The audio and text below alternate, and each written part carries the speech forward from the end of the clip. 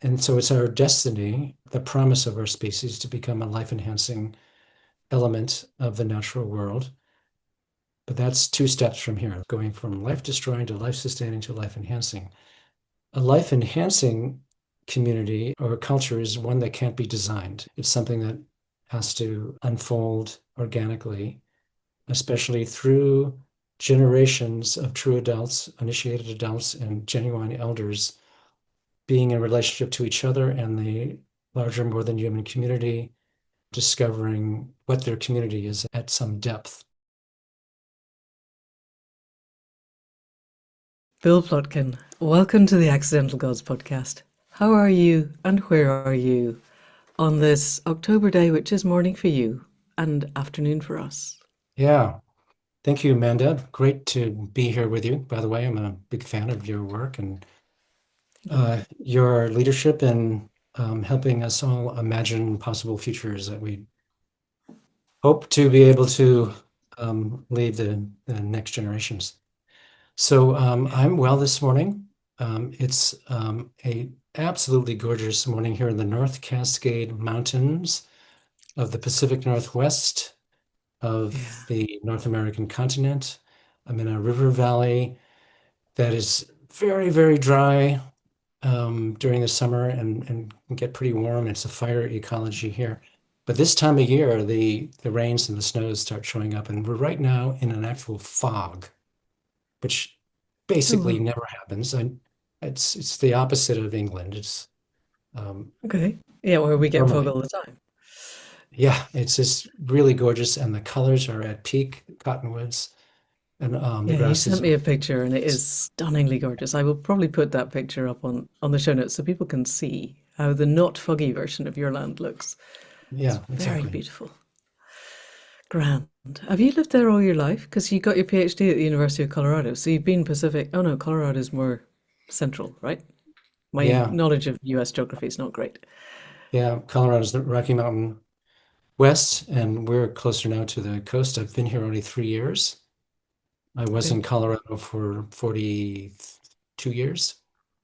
Um, okay, Grew up in Boston, went west for grad school, basically. right. And carried on going west Can't, eventually thereafter. can't go too far west. Uh, Eventually, you just keep going. I think you get to Vladivostok, but maybe not. Eh? Yeah. Okay, on a serious note, so you are founder of Animus Valley, and Yes. I think it would be useful because given the demographic and the spread of the listeners to this podcast, there will be a percentage who know exactly who you are and have probably worked with you, and there will be a percentage for whom you are a new person. So, Yeah. can you just give us a little bit of how it is that Bill Plotkin came to found Animus Valley and what it is and what it does? Yeah. I'll attempt to make a brief version. I was a young person who was interested in the mysteries of life and found no support for that in the social and religious background of my family and community, but I kept looking and first found something that really deeply engaged me in a mystery way in just the natural world surrounding my home in the suburbs outside Boston. Um, and I had this, I think it's a natural human intuition that there's an upper world mystery and an underworld mystery, both. And I started wondering about the difference between the word spirit and the word soul. And so many people in spiritual circles would use those terms interchangeably, but I just had this, as I say, natural human intuition. These are very different things. And the first person I found who actually talked about it was the depth psychologist James Hillman. And that helped out quite a bit. Um, and then studying various indigenous traditions, um, I discovered more about depth and soul and the animate world. Um, and meanwhile, I went to graduate school in psychology and became a depth psychologist, but first a researcher, studying non-ordinary states of consciousness. And then in 1980, a little bit the year before, I learned about the work of two people who became my teachers, and that's Stephen Foster and Meredith Little of the School of Lost Borders.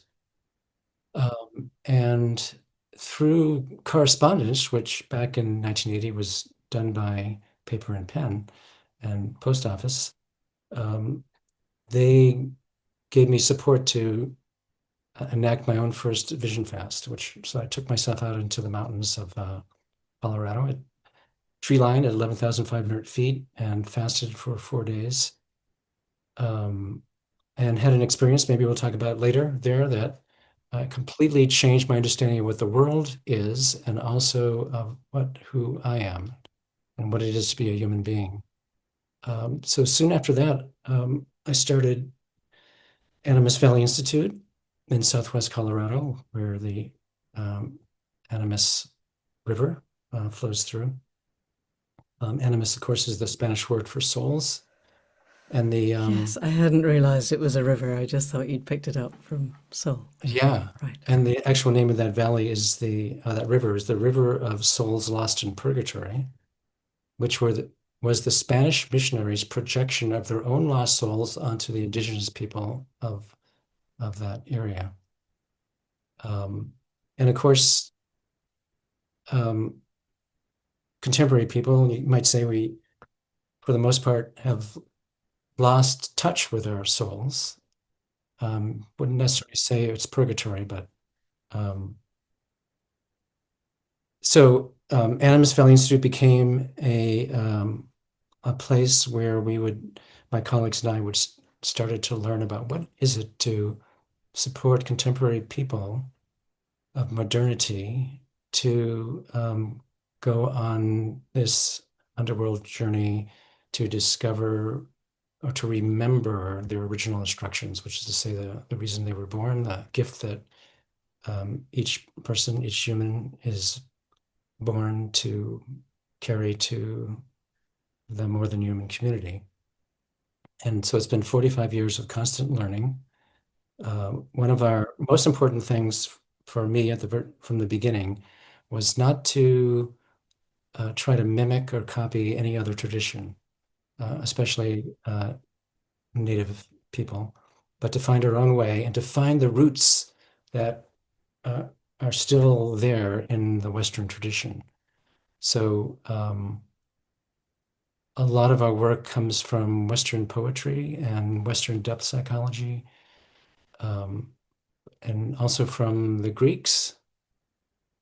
And there are some aspects of what is known as the descent to soul that are universal, that you find certain patterns in uh, cultures all over the world.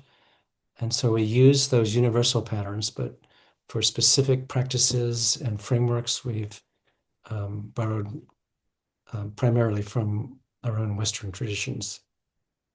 So, what else can I tell you about it? We're now approximately 20 or 25 guides, and we have hundreds of trainees. We're offering what we call immersions, ceremonial immersions in about, I don't know, 15 or 20 different countries around the world. And most important thing to say, we're constantly learning about what we're doing and how to do it better. Thank you.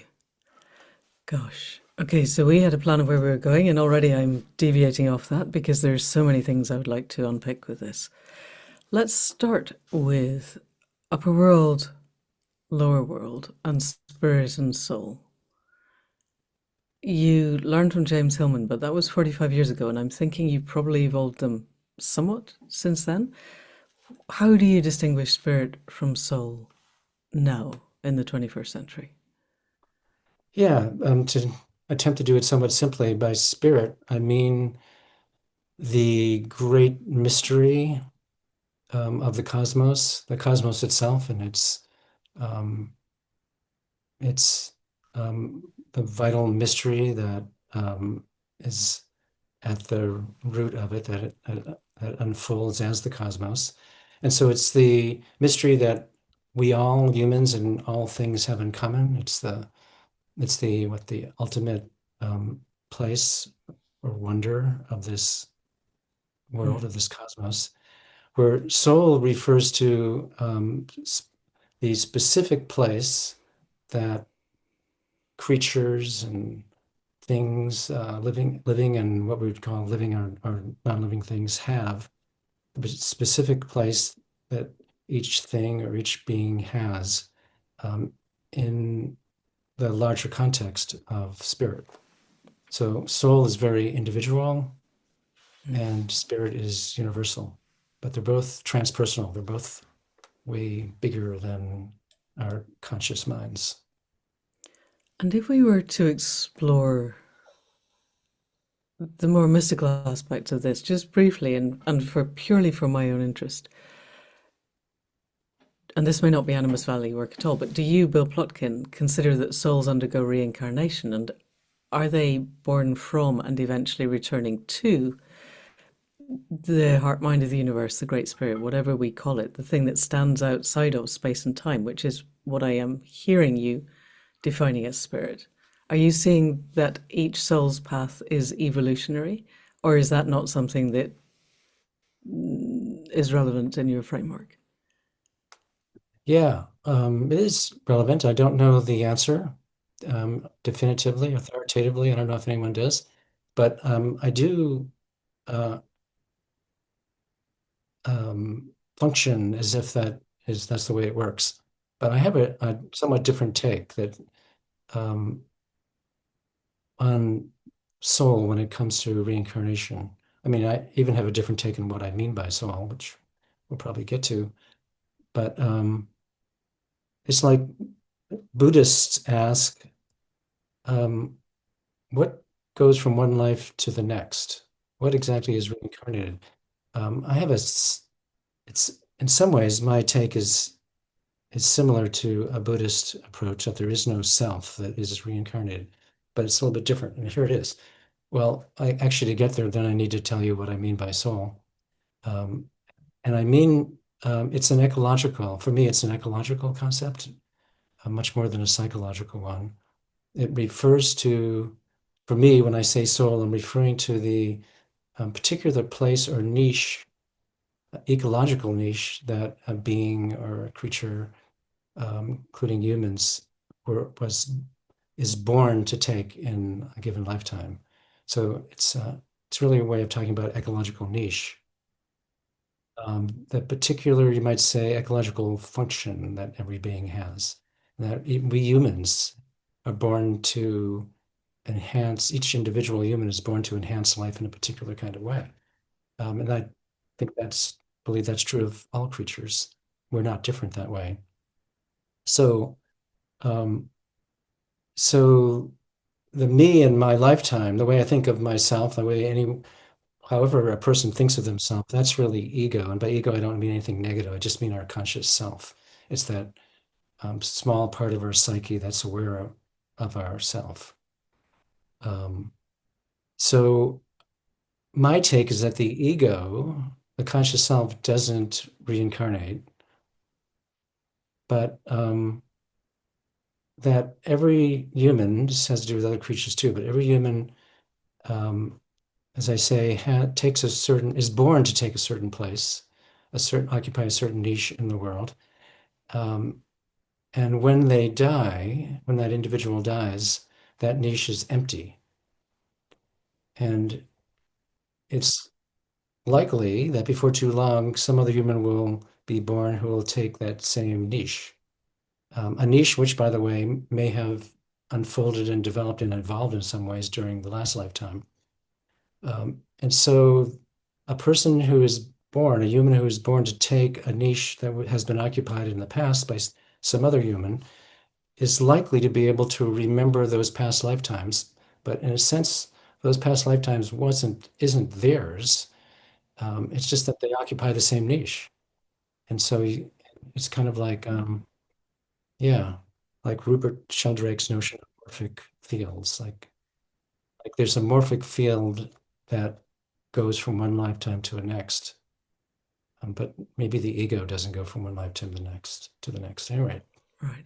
that's one take on a Yeah, very it's ancient so history. interesting. We could follow that rabbit hole a long way. I'm doing a training in mediumship, and it's so interesting watching the projections that happen around it, but also the unanswered questions that arise. But let's leave that at the moment because I want to come to the core of what we want to talk about. But before we get there, you said that you drew on Western mystery traditions and on the Greeks. And it seems to me that whatever we term our Western culture, the damage happened 10, 12,000 years ago. I listened to you talking on another podcast about the parable of the tribes, and that seemed really interesting in terms of how does dominator culture, trauma culture, whatever it is we call our current not functional culture, how does it arise and how does it perpetuate? And that it arose many thousands of years ago. And so it's always seemed to me that the Greeks were perpetuators of a dominator culture. And yet, clearly in Animus Valley, you find things of value in Greek myth. Are you seeing it that they are drawing forward older myths from a pre-dominator culture, or do you think that they simply have threads of non-dominator wisdom within their existing myths? Does that make sense as a question? Yeah, that's a good question. I'm definitely not an authority in that area, so I don't really know, but I suspect yes. Um, the sacred stories that we call myths, the version that are Greek, come from way back and from way down, from in the depths of the land and the psyche. Um, so so even if when the social and political Greek systems became dominator, there still have those myths um, that come from an earlier time. Um, Okay. maybe you're familiar with Peter Kingsley's work. He goes into that in quite some depth. Um, Not familiar, so but I'll look it up. yeah. Um, so in Western psychology, in a lot of ways, in so many ways, has its roots in Greek philosophy. Um, but just as a small example, um, one of our practices at Animus Valley Institute is something that has been showing up in the Western world for the last 50 years or so, and it's the practice of counsel, a way of groups to meet together in a circle where everyone has a chance to speak and everybody is practicing listening from the heart. Hmm. Yeah. Um, and um, apparently, I mean, in fact, it seems to be well known um, that there are Native American traditions which use the practice of counsel. Hmm. But I learned it from Elizabeth Cogburn, who was one of my teachers. She was primarily my teacher of trance dance. Um, but she also taught us counsel, and she got it from her husband, Bob, who was a scholar of Greek traditions, and he got it from the Greeks. So Oh, it that's was interesting. actually a story of Achilles, um, or sorry, a Greek warrior who the warriors would practice a form of counsel. Um, Hmm. anyway, so we actually got Okay. our counsel practice from the Greeks. Excellent. Okay. All right. Interesting. I bet they only let the men go and only the men who were not slaves. But anyway, it's still a good start. And Yeah, and the point is that we take what we're given and we build it into something fit for the 21st century. exactly. Yeah. So I would love to ask you so many more questions about the kind of theoretical and philosophical underpinning, but let's get to the meat of what we want to talk about, which is building a map to the next world. So we both agree that the current system is not fit for purpose. If that purpose is the continuation of complex life on Earth, that we're hitting up against biophysical and cultural limits, and the current system, the culture that we live in, has ceased to be life affirming and become life destroying. And yet, I think one of the things that we both agree on really clearly is that it is possible to turn the bus from the edge of the cliff. And you have a really clear, clean, succinct, beautiful, to me, set of concepts of how we might do that. A kind of short-term step where we cease to be a destructive culture and become at least neutral, and then we become constructive. And that this requires that we evolve, that we shift our culture from being a dominator culture and become more communitarian and more connected, particularly that we take our place as the self-conscious nodes in the web of life, that we fulfill our niche, that each of us finds what it is that we're here to do and shines in doing it as an integral part of the living web. At some point I want to know if your concept of spirit is, it seems to me that the web of life is, for me certainly, is the life of the living planet, and that the spirit that we were speaking about is much bigger and more transcendent. But at any rate, that everybody, every living human, every living thing, actually probably every rock and river and mountain, has a role to play within the life of the web. And at some point we just need to learn what our role is and step into it. But you have a much more elegant way of putting that. So take that wherever you want. I'm very tempted to quote from the draft of the paper that you sent me, but also it's a draft, so you might not want me to. But if you do, I think the first few paragraphs lay this out really cleanly. Let me know. Okay, yeah, you could quote from it, sure. Okay, in that case. And there's a poem that you work from that I think I might read out in our introduction because it's beautiful, but I need to know how to pronounce the author's name. So you say, "We need a map to the next world because our current world is clearly in its death throes. Our current world is the one that has been referred to as the industrial growth society or empire or dominator culture or modernity.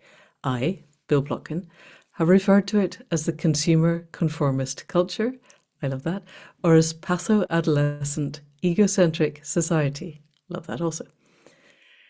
"We need a map to the next world, a way to navigate the long trail from here to cultures that we will be proud to leave for the future ones of all species. And nature, as always, including human nature, provides this map, or at least templates for creating one. And we need to translate the map into a contemporary language that we can understand and act on, even though the journey is necessarily through the realms of great mystery. We won't find our way using the maps of other peoples or of other times. We must make our own map." And that, absolutely, goodness, that feels to me that's the crux of everything that we who are alive on the planet at this moment need to do. And I get so many people get lost in the concepts of linearity that are integral to the concept of a map, or the fact that we're within the dominator culture, whatever we call it, and how do we break out of it from the inside.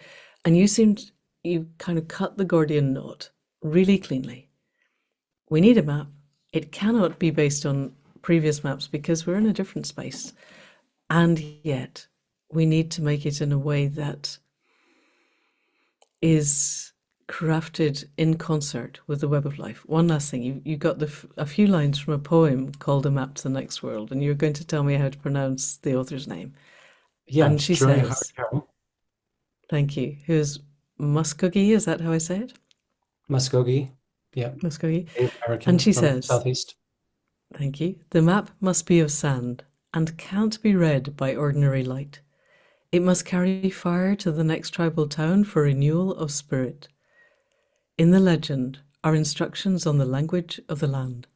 How it was we forgot to acknowledge the gift, as if we were not in it or of it."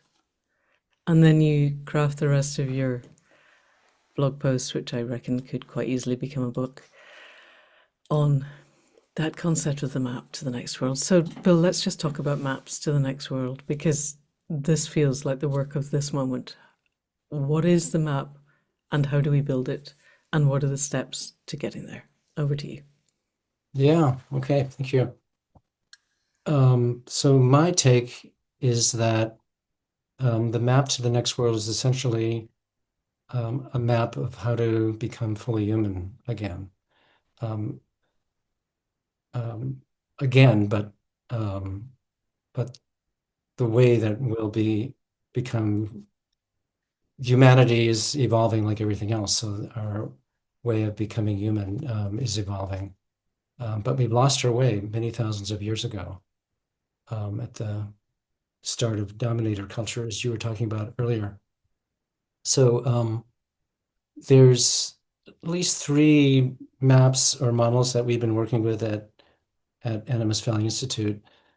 The main one to is a way of mapping what are the stages of human development from the perspective of nature and soul. Like how will we humans, how did we evolve to develop individually? What are the stages? And starting back, I don't know, 35 or 40 years ago, I started um, mapping human life stages onto nature's template, one of nature's templates. The most universal of her templates are the four directions, which are also can be for those places in the world where there are four seasons. It overlaps with four seasons, and it also overlaps with the four times of day, dawn, noon, dusk, and midnight. So nature gives us this basic universal pattern of wholeness. And one of the things you can map onto it are the stages of human development. Starting in the East and ending in the East is the way I've done it. Um, and um, I've asked again, what do the stages look like? What would the stages of childhood, adolescence, adulthood, and elderhood look like if the stages unfolded in resonance with that universal nature template? And not surprisingly, the stages look really, really different than the way contemporary Western psychology thinks of it. Um, and it seems to me, this is something I've been tracking for at least 40 years, that most contemporary people of most any dominator society on Earth, which is virtually all of them now, that most contemporary people, their personal development is arrested in what amounts to early adolescence. And by adolescence, I don't mean ages 13 to 19. I mean a psychological stage. Um, and we get stuck in early adolescence, which is what starts with the passage of puberty. We get stuck there because of trouble or challenges that we had in the two stages of childhood, early childhood and middle childhood. And we get stuck. We don't succeed at the tasks of childhood as well as we evolved as humans to do because our parents got stuck in early adolescence, and it goes back many, many, many generations.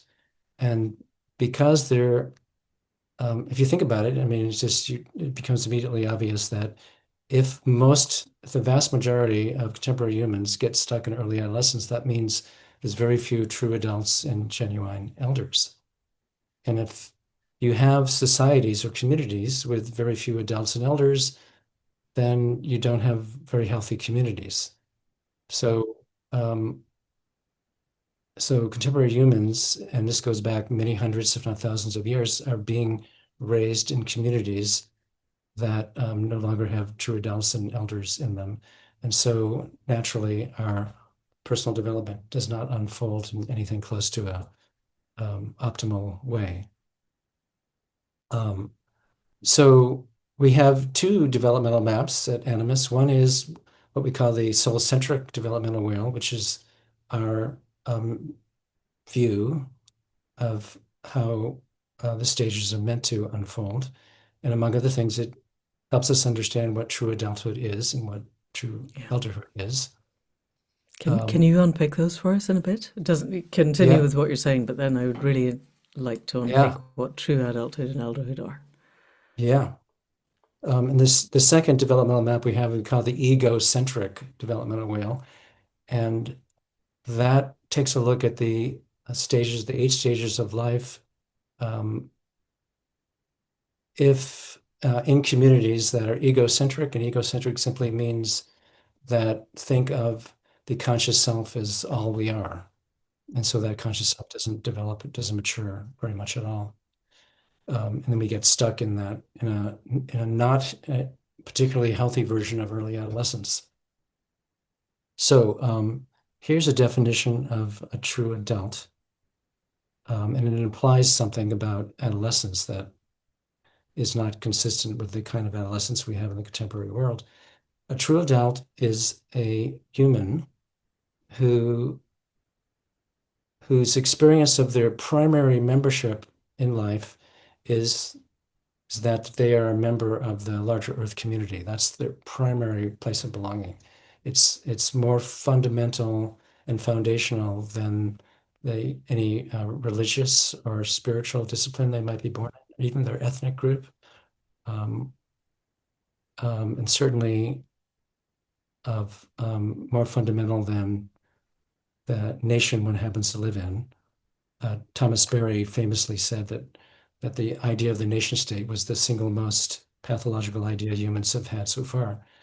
Um, and and our membership in the natural world is obviously way more fundamental than our favorite sports team. Um, so there's three parts to this definition of an adult. The first part is that it's an individual human who experiences their membership primarily their root membership is being in the larger Earth community. And second, they've had one or more visionary experiences of what their unique place is in that larger Earth community. And third, they've developed at least one delivery system, which is to say, one way of embodying or manifesting that unique place. And they're doing so as a gift to the larger Earth community. So, in short, a true adult is someone who knows who they are on a soul or ecological level and is contributing to the enhancement of life in the place where they live, not just the human life, but the more than human community. So that's a true adult. And I'd say the less than 5% of contemporary people ever get there, partly because the initiation process of getting to that place is not understood in the contemporary world. It's been basically lost, and it is hazardous to physical, psychological, and spiritual health. It's very, very demanding. There's a kind of dying that one must go through, and there's very few people left in the contemporary world who understand that initiation process and are able to guide others in it. But you Which are gets one us of those people. I'm one of the people learning again how to do that. So if we've been doing it for 45 years or learning for 45 years, it's just a start because the traditions and there's reason to believe that there are a few traditions left on the world where people still have intact versions, where small communities still have intact versions of this particular kind of initiation. There's many, many initiations in life. This is the one I call the journey of soul initiation. Um, and I might have lost a particular piece of the thread there, but what I wanted to say was about adolescence, that there's two stages of adolescence. I've come to understand that. Um, I spoke earlier about early adolescence, whose the main task in early adolescence is to fashion one's first um, persona or social presence that is both authentic to your true values and interests and so on, and also socially acceptable to your peer group. And social acceptance is relatively easy to obtain, but authenticity is much more difficult. And that's what you might say if you had to say in one sentence what the problem people have with early adolescence now is discovering one's authenticity, and which is to say to be the capacity to be real, be the person you actually are, just on a social and psychological sense. And partly Whereas, because nobody is modeling this, or very few people are modeling. And if you don't see authenticity, it's really hard to understand what it looks and feels like, I exactly, imagine. yeah, exactly. It's really hard. And all the emphasis is put on social acceptance. And that's what we learn to do. Um, and we often realize that we're an imposter or a fake, but at least we have a lot of friends, which is better than nothing. But late adolescence is the stage that most contemporary people never reach.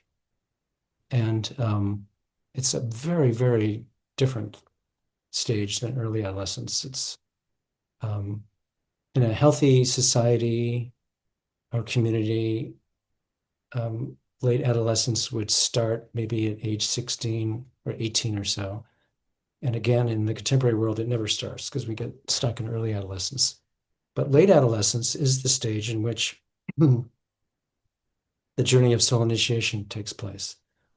And so the um, the shift or the passage from early adolescence to late adolescence is a shift from a world in which um, crafting one's social presence and one's relationship and learning how to about one's gender identity and sexual preferences and so forth, and how to be a healthy lover to another human being.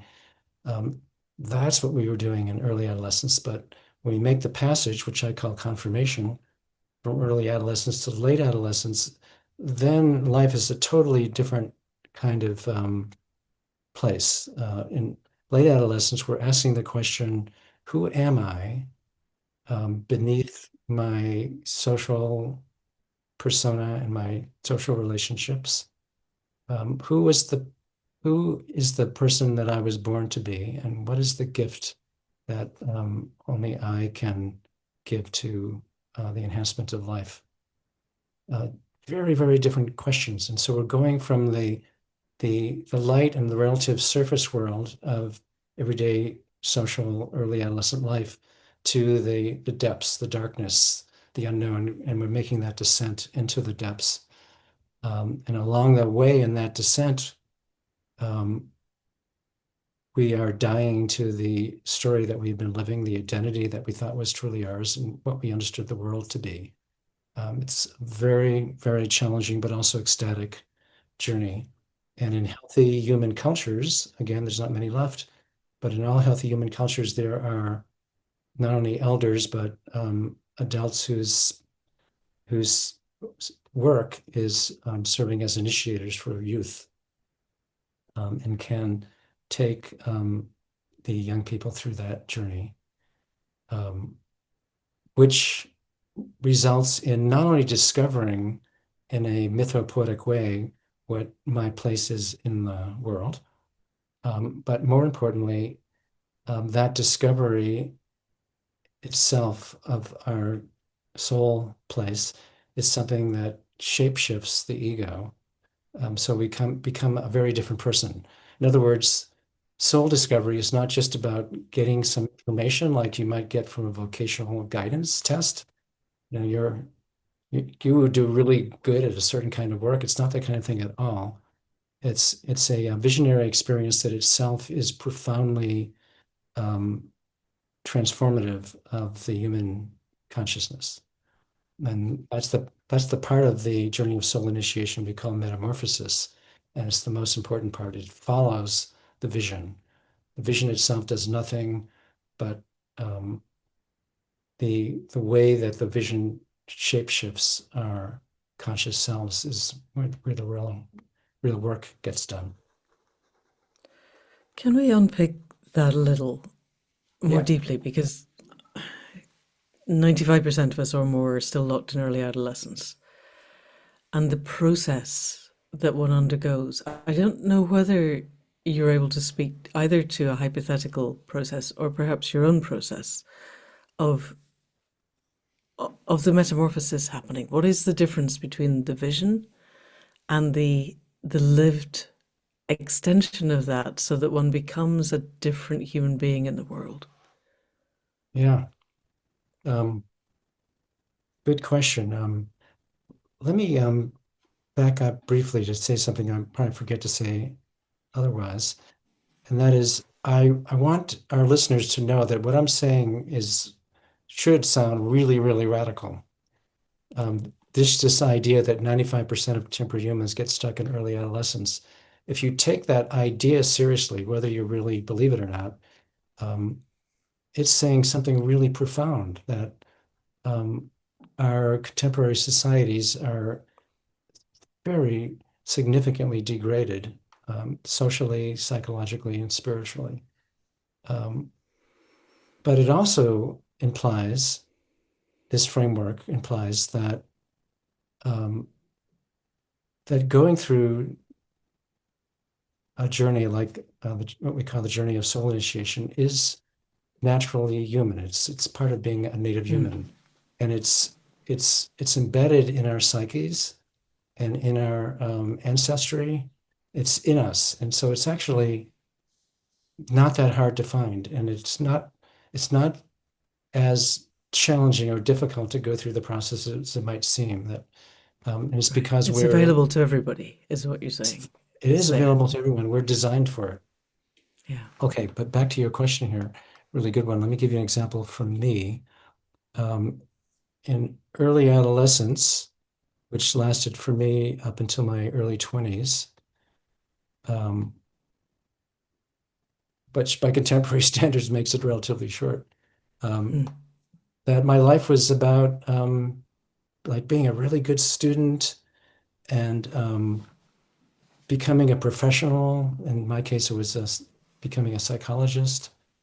And I had ambitions, to be a well-known psychologist and to have a successful practice as a psychotherapist, and maybe someday um, to, write books, by the way, not of the sort that I ended up writing at all.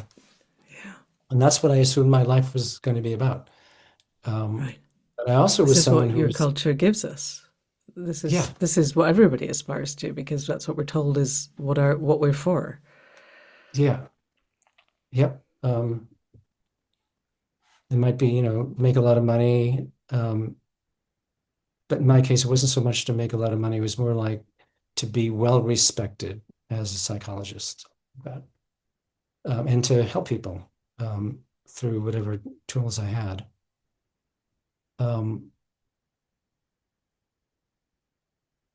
and then I went on my first vision fast. As I mentioned, I got support from a distance from Stephen Foster and Meredith Little.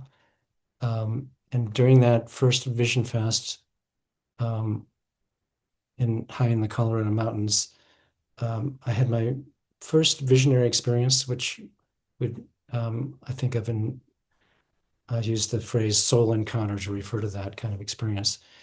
Um, and it doesn't really do it justice to speak about it briefly, but it involved uh, 3 days of meditation upon a spruce tree on the shore of a high mountain lake, Alpine Lake. And that tree taught me a bunch of things about being present with the larger natural world. It was the tree for me became a monk um, who was in conversation with the beavers of the lake and the songbirds and the raptors um, around the lake and so on. Um, and on the fourth day, the tree, which had become a monk, made a gesture with one of his arms um, to his left. His back was to me, and which was my left. And I followed his gesture to another tree to my left, and from that tree, a butterfly, yellow butterfly, flew in my direction. And the butterfly actually grazed my cheek, and I heard the words cocoon weaver as um, she went by.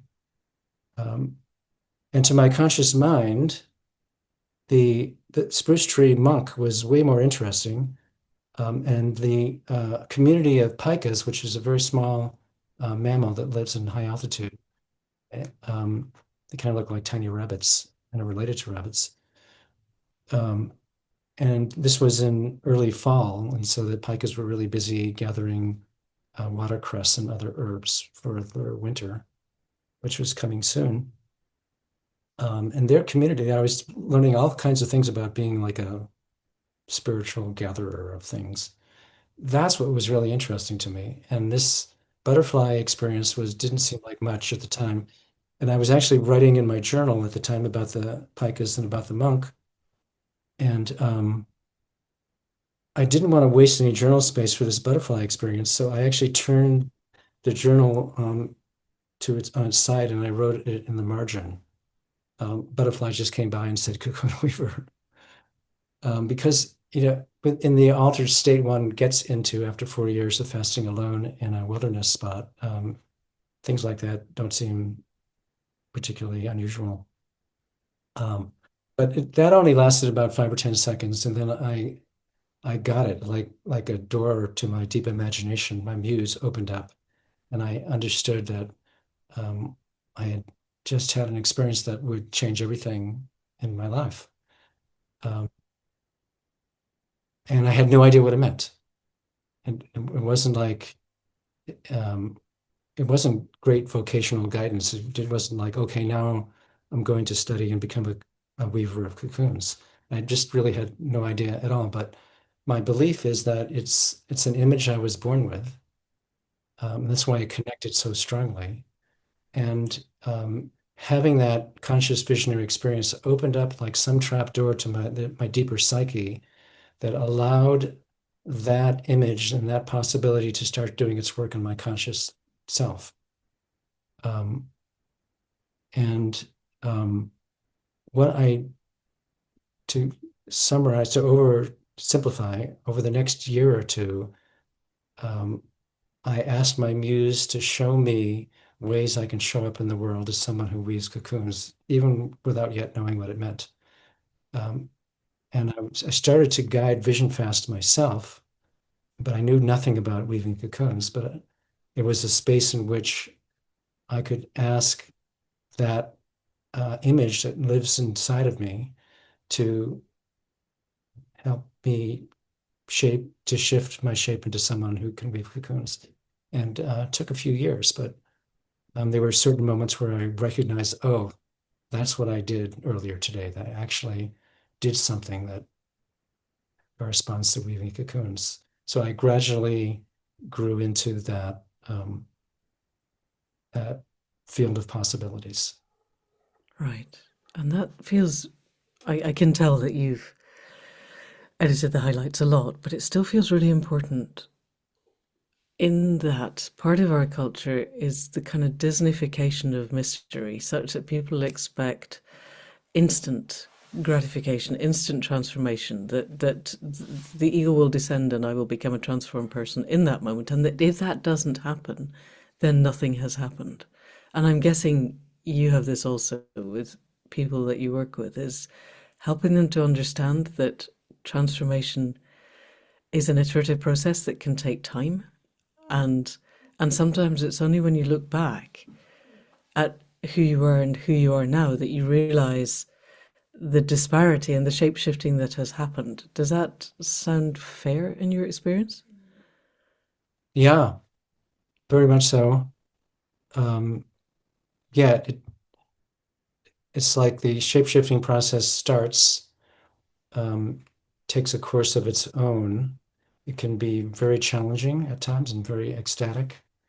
Um, those who don't have a framework for what's going on can be very destabilized by it. Um, and the demands upon our psychological wholeness become greater. So one of the things that we focus on in our work as guides at Animus Valley Institute is when people reach this late adolescent stage, which we call the cocoon for maybe obvious reasons, um, that we support people to further cultivate what we call their four facets of wholeness, um, which are these innate human capacities that all humans have in common, but are either ignored or suppressed in the contemporary world. These four basic facets. Again, we use the nature's template to understand and describe these four basic facets of human wholeness.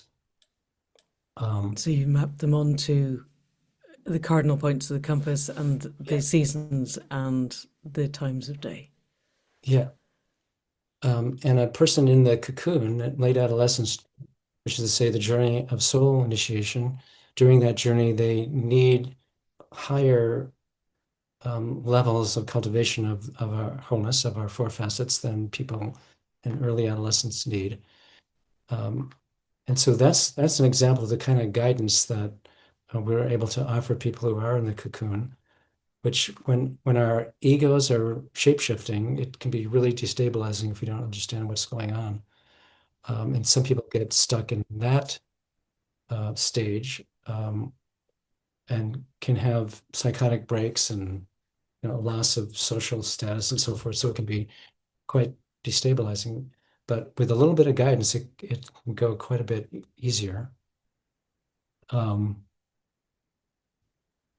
so I was saying that after a few years of guiding contemporary vision fast, I had these moments where I would realize, oh, that's what I'm doing now. I'm actually weaving cocoons. I'm not just guiding a vision fast. Uh, and like the muse would start to show me things to do and certain patterns in the process. And that's basically what my colleagues and I have been doing now for 45 years is tracking the patterns, not theoretically, but by just noticing what, in fact, how it unfolds for people, contemporary humans. And one of the things we're tracking, this is what you were speaking to, is that contemporary humans tend to try to get ahead of themselves. Like there's all kinds of numinous experiences, which is to say experiences of the holy or the sacred that we have when we're starting in late adolescence, especially.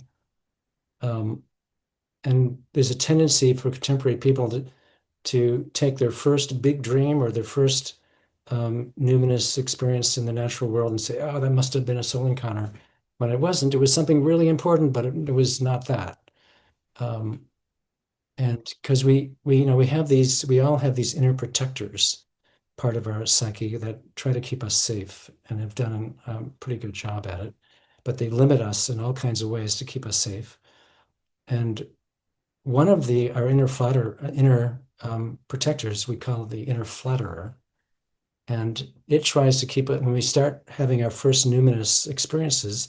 The inner flatterer tries to keep us safe by um, by flattering us into believing, oh, this was some ultimate spiritual experience that I must be basically done with my journey, when maybe it's hardly just begun. Oh, I have so many questions, Bill. I would like at some point to ask about inner protectors, and I particularly would like to unpick the concept of shame as a healing as well as a we need to get back to the map, and I'm aware of the time. However, I think I have heard you say, I think somewhere along the line, my concept of inner protectors comes from internal family systems, and yours, I think, comes from depth psychology and Jung, but they're pretty adjacent. And yet, it seems to me that our modern psychotherapeutic technologies are designed to help us function in the dominator society. They're not necessarily designed to help us transcend the dominator society. So they all have limitations because they're basically going to help us become more functional early adolescents rather than necessarily helping us to become adult. I think if what we desire to do is to become adult and then elder, then we can probably use the social technologies that and the psychotherapeutic technologies that they offer. But I'd be really interested, without going into the depth, you've got whole books on the nature of the protectors and what they are, without necessarily naming them all and their functions. How can we best use the understanding of our inner protectors and work with them to step into the cocoon and then begin to work our way towards the adulthood and the elderhood that our world needs of us? Does that make sense as a question? And, Yeah. and is it something you could answer in less than an hour? No. I'll Okay. try. Maybe that's another podcast then. It could be, We'll do that. We'll do it another time. but no, I can give it a try. Our, we first, I first started calling our inner protectors subpersonalities, and that actually doesn't come from Jung. It comes from Roberto Assagioli, who's an Italian psychiatrist who developed a body of work called psychosynthesis, which is very explicitly spiritually oriented. And Assagioli would use this term subpersonalities. Later, my partner, Janine Marie Haugen, said she didn't like the word subpersonality so much. She would prefer to call them inner protectors, which, and invariably, she's right about language when she says something like that. So we've started calling them inner protectors, which really honors them.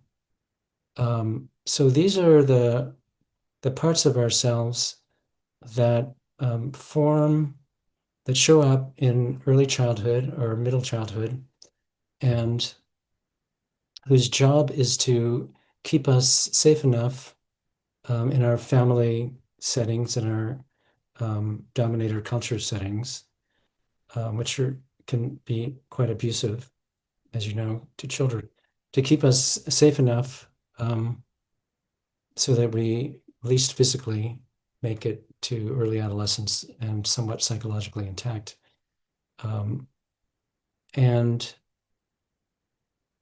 in our work, and again, we use the four directions template to help us understand the four categories of inner protectors.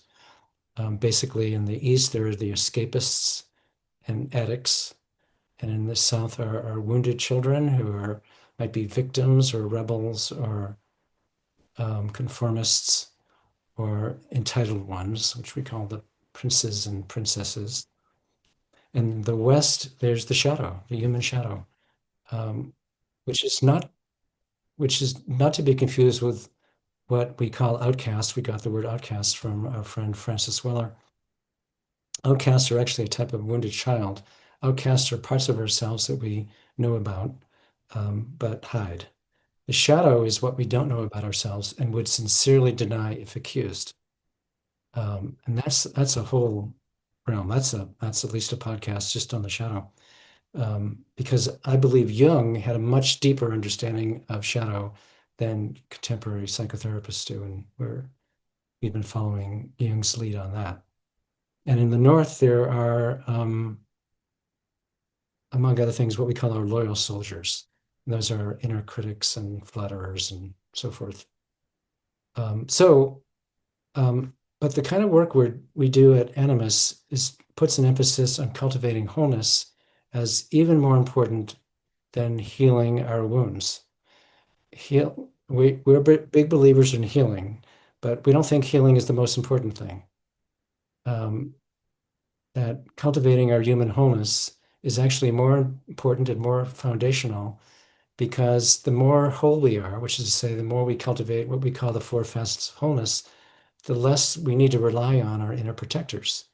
And so a lot of healing happens simply through holding, but you need a map of holding. So that's part of our map to the next world is our map of what are the four facets of human wholeness and how do you cultivate them. And one of the things you do with your wholeness, it's only one thing, but it's an important thing, is that you heal yourself. And in particular, the north facet of wholeness, which we call the nurturing generative adult, and Dick Schwartz in Inner Family Systems calls it the self, just calls it the self. Um, the nurturing generative adult is the part of us that can heal our inner protectors by loving them, not getting rid of them or criticizing them, but loving them and thanking them for their great work at with their survival strategies, which worked well enough.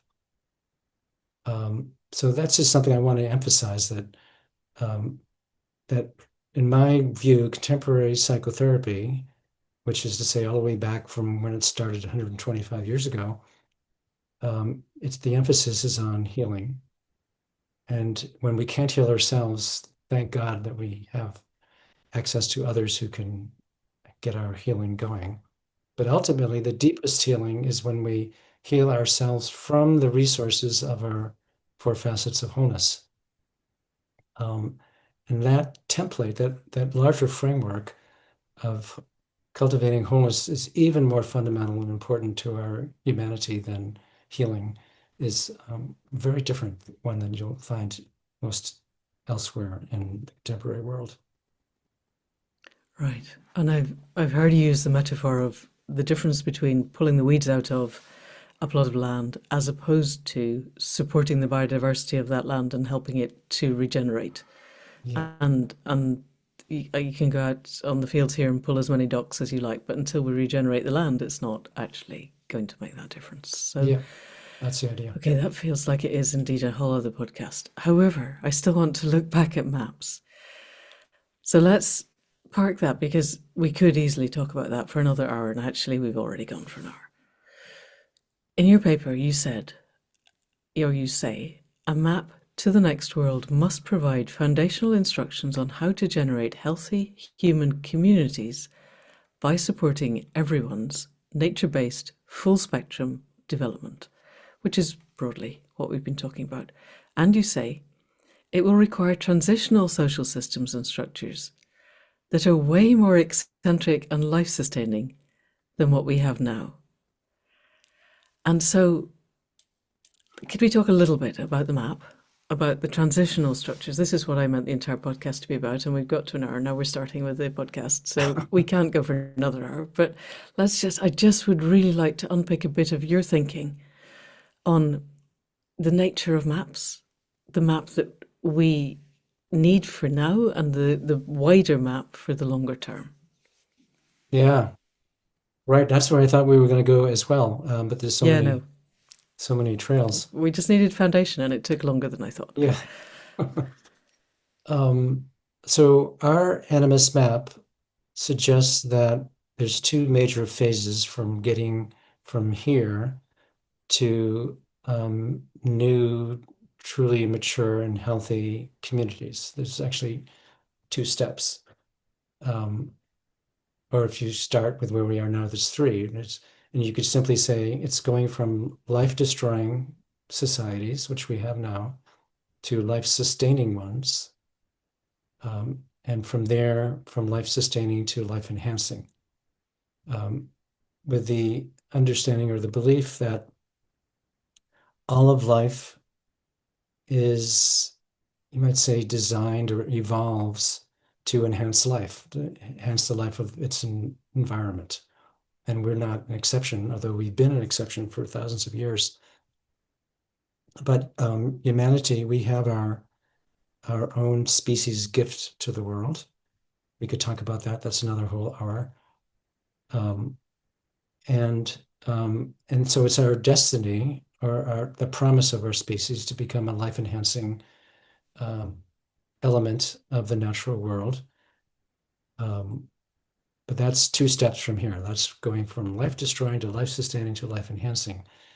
A life-enhancing community is or culture is one that can't be designed. It cannot, the strategic mind cannot design it. It's something that has to unfold organically, um, and especially through generations of true adults, initiated adults, and genuine elders, um, being in relationship to each other and the larger, more than human community, and discovering what what their community is at some depth. And that takes many generations um, to get a healthy community like that. Um, and the only thing we can do strategically to get there is to start is using whatever maps we might have that would support us to, one way to say it is to grow genuine elders. And genuine elders are grown from birth, but it's really a better way to say it is the way you grow a genuine elders is starting at the birth of their parents. So it goes way back.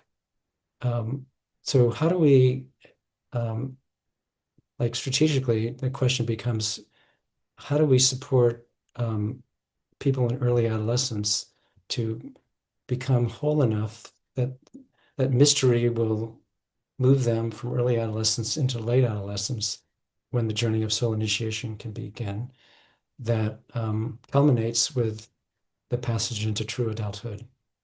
And after many years of true adulthood, one can get into elderhood, which we haven't even defined yet, but it's different than adulthood and way different than just being Could an you old give person. us the edited highlight definition just so that people are aware of where we're trying to get to?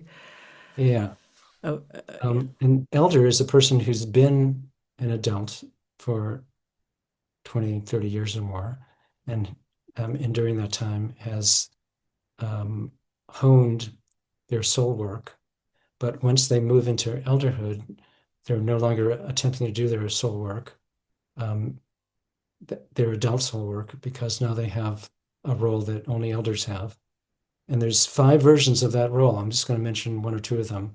And one is that it's the elders have the task of seeing to it that the human village and the larger Earth community are in support of each other, but in particular that the human village is operating in a way that supports the life of the larger ecology, the larger environment. That's one of the um, tasks of the elder. I'll just mention another task is to help shape the unfolding of the community, of the culture. Right. But And there's those two are also, quite closely intertwined, I would have thought, yes, very because much, the unfolding of the culture has to be within connection to and informed by and supporting the web of life, very the much. larger. Yeah. Yeah. Okay. Yep.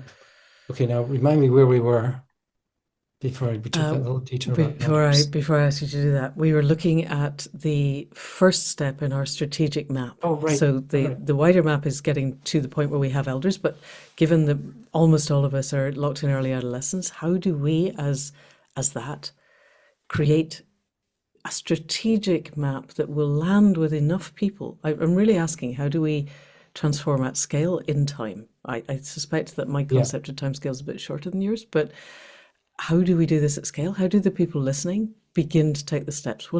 And I think what I've understood from your paper is that the end result is mythic. We can only do this by asking the web of life, what do you want of me? And we can't plan for that, but we can plan for how to get to the stage where we can ask the web of life, what do you want of Yeah. me? So it's the strategic steps of the early moving from dominator destruction to sustainable culture. Yeah. Yeah. And for me, that's the really big question now. And it is for a lot of people who are offering their attention to our moment. So, yeah, we need to create transitional societies, or we need, I call them transitional social structures and systems of the sort that healthy cultures of the past didn't have because they didn't need them, because they didn't have the problems we have now. And uh, hypothetical, possible healthy cultures of the future won't need them either because they won't have the problems we have now. So the transitional systems and structures are all ecocentric versions of what we have now. And so economies that are actually economies that are actually allow us the way we do business, so to speak, is part of the larger Earth community. So ecocentric economies and ecocentric parenting and ecocentric religions. I personally have the perspective that truly healthy cultures of the past and possible ones in the future didn't have religions and won't have religions. If Would we you find understand, religions as monotheist structures designed to control people? not that's a pathological version of a religion, but more generally, I'm referring to um, a realm of life that's separate from everyday life.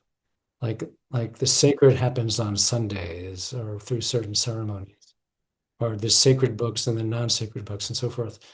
In a truly healthy community, everything is sacred, everything's a miracle.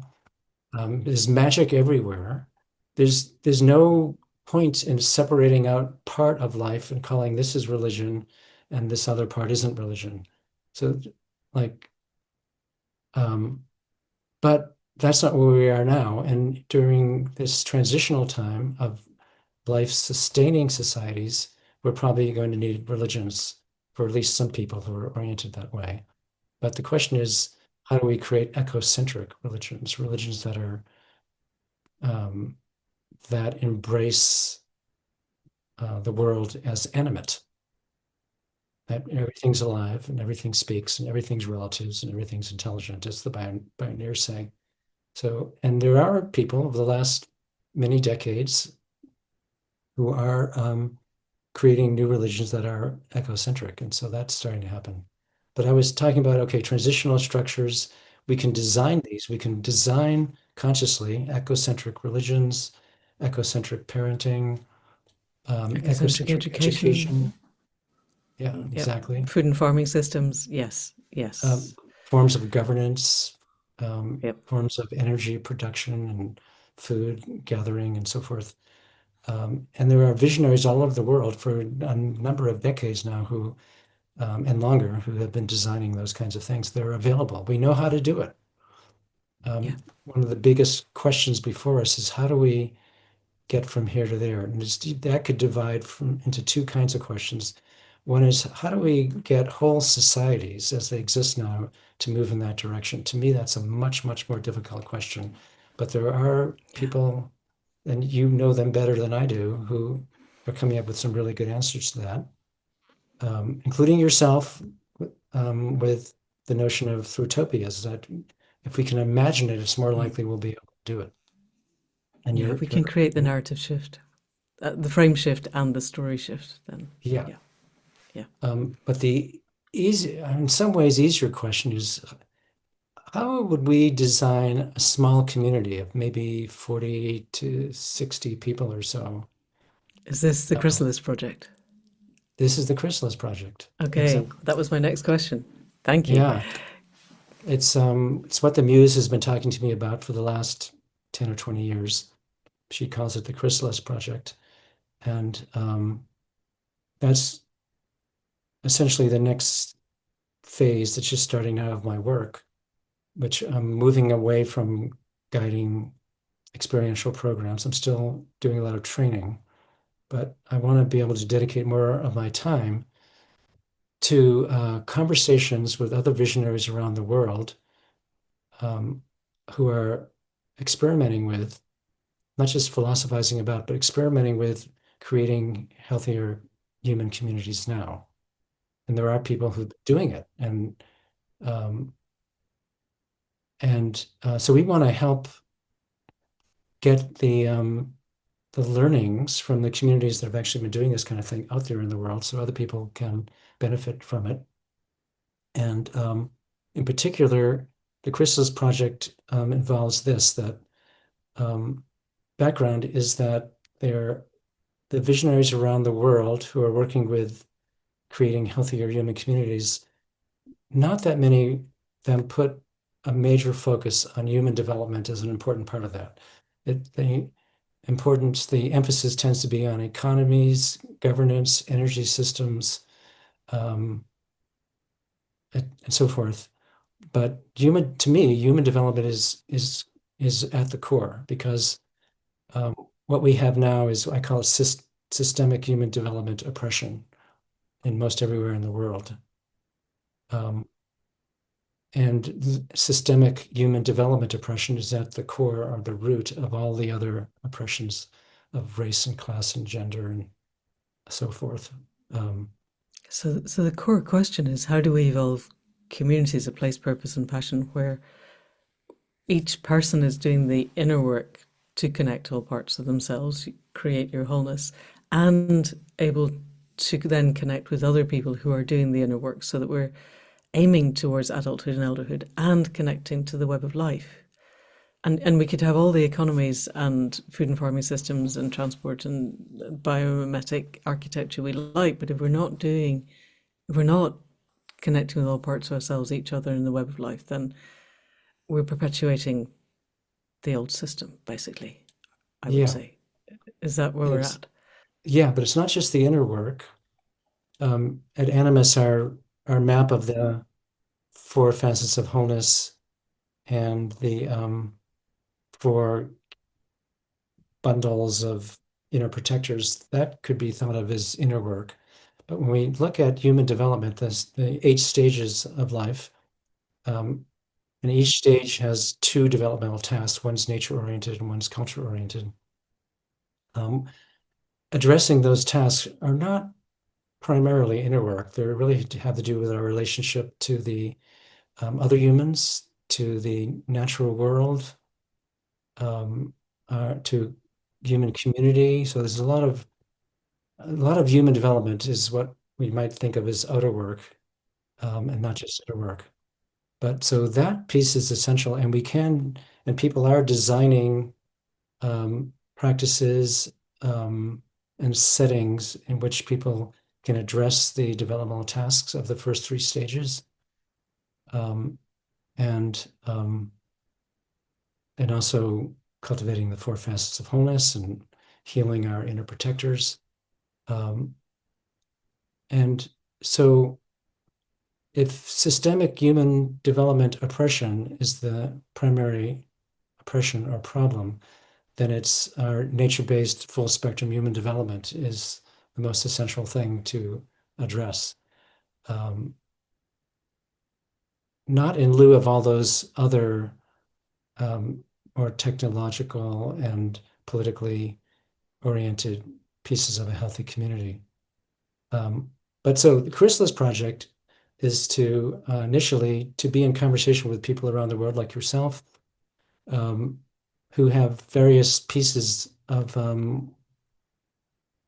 our understandings of the dimensions of a healthy human community, and that we want to offer what we've learned about human development in particular. And then we want to help communities, small communities around the world, put the various pieces together. And I think of these communities um, as it's like kind of a seed bank. It's like they're seeds for really the future of humanity. Or we say they are rungs in the ladder to the next world. That if we, um, given that it might be really, really difficult and possibly impossible to have whole societies change in a life sustaining or life enhancing way, we can at least do this with smaller communities. Um, and it might take many, many generations from now before um, these communities are linked up in a way that essentially all of humanity has started to grow life enhancing cultures again. It might take quite a while. But again, I think there's every reason to work on both levels. Like how would we change, like a whole nation like England? What Yeah, kind of things could make a difference, tipping points that could get us rolling, and right. that wouldn't What's the simply critical be mass undermined. that would take us there? Yeah, Do you yeah, have a sense? Because you said it may take many generations. I promise I'll stop asking questions in a second. But with all the epistemic humility that I am aware that we need, and with what you call the muse, and I would probably call the gods and the guides and the spirits, saying that it is possible to turn the bus from the edge of the cliff, I still look at the biophysical limits and the tipping points. We crossed one of the tipping points, or at least the measurement of its having been crossed last week. It strikes me, if we don't at least move away from being a dominator, destructive culture to being more neutral, we haven't got many generations. I I think we've got this generation does it or it doesn't happen. Is that's not part of your thinking? yeah. I certainly wonder about that as well. I have been wondering about that for years, as many of us have. I don't know the answer. Um, I don't, not sure I see any major problems with proceeding as if that's true. Some would say, Mm. well, it's going to discourage a lot of young people if too many of us or older people are saying that we've got to get it right in this generation. That could be a downside. Um, but certainly that acknowledging that we're in a urgent um, circumstance and we need to do all we can. Mm. Um, I'd want to put a lot of emphasis on that the things that can be done, and Yeah. that we're actually incredibly fortunate to be alive at a time like this because it's such a major turning point, and what a blessing to be alive at this time. Just as a balance to uh, this is the worst nightmare anybody could possibly imagine, which is also true. Yeah, Yes, but every single thing we do, every breath we take, every heartbeat, every moment of gratitude that we offer makes a difference, I yeah, guess. And that that was probably the case for all the previous generations, but it's obvious to us now. And that seems to me exactly as you said, it's this is the time of miracles. And what an amazing time to be alive. yeah. So thank you. We could easily talk for another couple of hours, but you have a day to lead, and what I would really like to do is invite you back for another. Let's talk about some of the many things that we kind of looked at and veered away from, because there's so much that I would like to explore with you, Bill. But in the meantime, was Great. there anything else that you wanted to say to to finish off the map conversation for now? Good question. Um, no, I think it'd be best to leave it there for now. Okay. Yep. Alrighty. In that case, Bill Plotkin, thank you so much for coming on to the Accidental Gods podcast. I have so enjoyed this conversation My and everything that pleasure. you write. I will put links in the show notes to as much as I can possibly find. Great. Thank you so So, much. I love the thank you. conversation as well. And Thank see you. you next time. Talk to you again sometime. Thank you.